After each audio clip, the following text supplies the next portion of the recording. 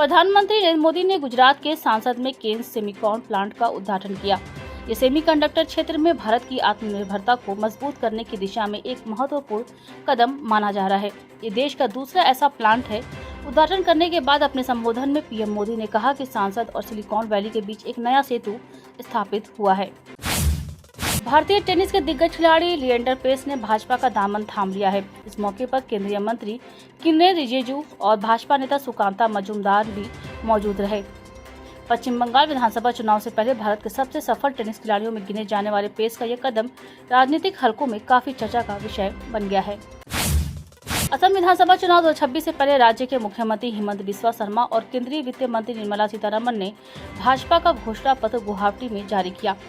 इस अवसर पर केंद्रीय मंत्री सर्बानंद सोनोवाल और राज्य भाजपा अध्यक्ष दिलीप सौकिया भी मौजूद थे। घोषणा पत्र में यूनिफॉर्म सिविल कोड लागू करने और संगठित लव जिहाद के खिलाफ बड़े कदम उठाने जैसे 31 प्रमुख वादों को शामिल किया गया है। मुख्यमंत्री हिमंत बिस्वा शर्मा ने कहा कि महिलाओं के लिए अरुणोदय योजना के तहत मासिक सहायता राशि 1250 रुपए से बढ़ाकर 3000 रुपए की जाएगी और अगले 5 वर्षों में 2 लाख नई नौकरियां प्रदान की जाएंगी। बिहार में नालंदा जिले के बिहार शरीफ स्थित मगड़ा में माता शीतला के दरबार में आज मची इस भगदड़ में 8 श्रद्धालुओं की मौत हो गई, जबकि आधा दर्जन से अधिक लोग घायल हो गए। चैत्र माह का अंतिम मंगलवार होने के कारण मंदिर में आज सुबह से ही श्रद्धालुओं की भारी भीड़ थी। अमेरिका ने ईरान के इस्फहान शहर पर 2000 किलो के बंकर बस्टर बम से एक हथियार डिपो पर हमला किया है। इससे इस्फहान के आसमान में आग और धुएं का विशाल गुबार देखा गया। इस्फहान ईरान का एक सैन्य सेंटर है और ईरान के परमाणु ठिकाने इस शहर के करीब ही स्थित हैं।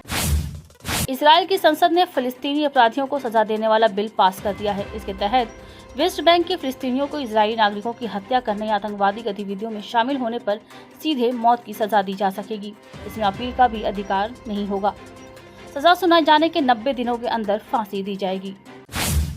ईरान ने होर्मुज जलमग्न मध्य से गुजरने वाले जहाजों से टोल लेने का फैसला किया है। ईरान की संसद की सुरक्षा समिति ने इजराइल और अमेरिका के जहाजों की होर्मुज में एंट्री बैन कर दी है। होर्मुज स्ट्रेट दुनिया की व्यस्त समुद्री मार्गों में से एक है। ऐसे में यहाँ जहाजों से टोल लेने की सूरत में ईरान को एक बड़ी कमाई हो सकती है।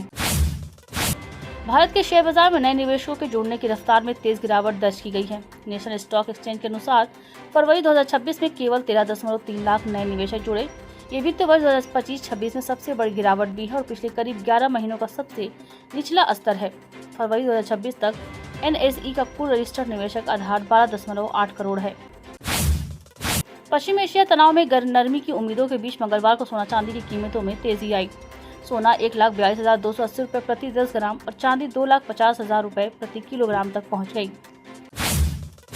पाकिस्तान सुपर लीग में लाहौर कलंदर्स के स्टार बल्लेबाज फखर जमा एक बड़ी मुश्किल में फंस गए हैं। रांची किंग्स और लाहौर कलंदर्स के बीच हुए हाई वोल्टेज मुकाबले के दौरान फखर पर गेंद की स्थिति के साथ छेड़छाड़ यानी बॉल टेपरिंग करने का आरोप लगा है। इस गंभीर आरोप के बाद अब उन पर निलंबन की तलवार अटक रही है। मैदान पर मौजूद अंपायरों और मैच रेफरी ने फखर जमा पर गेंद की स्थिति बदलने का आरोप तय किया है।